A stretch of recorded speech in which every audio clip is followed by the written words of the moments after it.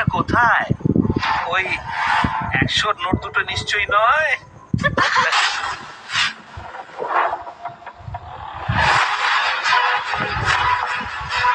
নতুন বরবয়ের জন্য উহু কর্পোরেশন তাদের গিফট পাঠিয়েছে। এই বাচ্চাটা আমাদের বিয়ে নষ্ট করে কোন সাহস? এখানে আমার মার শেষ ইচ্ছা পূর্ণ করতে এসেছি।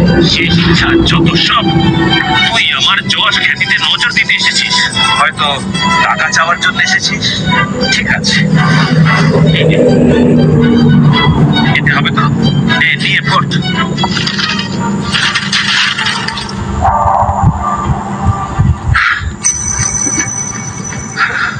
মা মারা যাওয়ার আগে তোর কথা সবসময় ভাবতো। মা ভেবেছিল তোর বিয়েটা হয়তো দেখে যেতে পারবে, তাই আজ আমি এখানে এসেছি। এটা তোর জন্য। এটা আমায় দে। ফ্রিতে খাওয়ার জন্য মৃত বুড়িটার নাম নিচ্ছিস? চন্দন, তোর লজ্জা করে না? ওই ছোট লোক, নিজেকে মিস্টার রঞ্জনের ভাই বলতে লজ্জা করে না? 200 টাকা মাত্র, 200 টাকা মাত্র। দেখুন সবাই, 100 দুটো নোট। এত দামি জায়গায় ফ্রিতে খেতে চলে এসেছো। বুদ্ধি দেখো, আমাদের বিয়ের পার্টিতে তোমার থাকার কোনো প্রয়োজন নেই। সিকিউরিটি, সিকিউরিটি, এদের বাইরে বার করো এক্ষুনি। তুমি হয়তো জানো না, আমার নতুন মা উহু কর্পোরেশনের সিইও।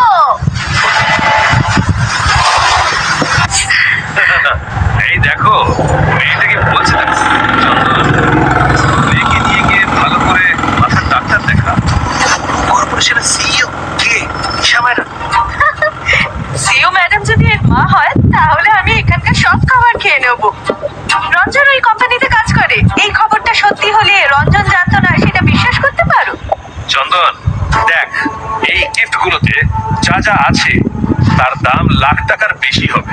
তুই এই বিয়েতে এসেছিস যখন, তোর গিফটটা কোথায়? ওই 100 নোট দুটো নিশ্চয়ই নয়। ঠিক বলেছে, দেখো। তুই ওই বুড়িটার মতোই হয়েছিস। মাথা ঠিক নেই তোদের, খালি আজে বাজে জিনিস মাথায় করে তোর। আশা করি তোর মেয়ে যখন বড় হবে বেশ সুন্দরী হয়ে উঠবে। রঞ্জন, তোর কি আছে সেটাতে আমার কিচ্ছু আসে যায় না, কিন্তু মানবিকতাটা বজায় রাখ। অমানুষ হোস না। কি ভেবেছিসটা কি?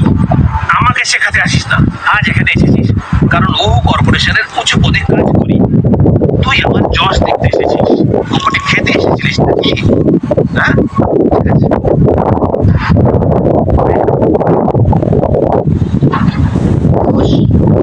ওই বুড়ির হয়ে যা খাবার তাই খেয়ে নে। রঞ্জন, মাকে নিয়ে এসব বলা বন্ধ কর। ওসব পুরনো কথা শোনাতে আসিস না।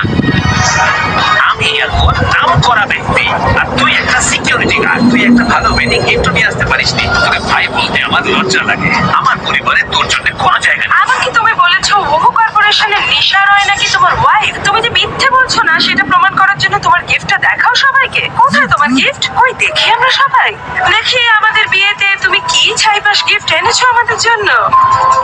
দেখাও গিফটটা। তুই আগের মতোই রয়ে গেলি, কোনো উন্নতি হয়নি। তোর কপাল ভালো যে তোকে আমি খেতে দিচ্ছি। কিরে, খাবি না নাকি? তাহলে এক কাজ করি, রাস্তার কুকুর গুলোকে ডাকি খাবার গুলো খাওয়ার জন্য।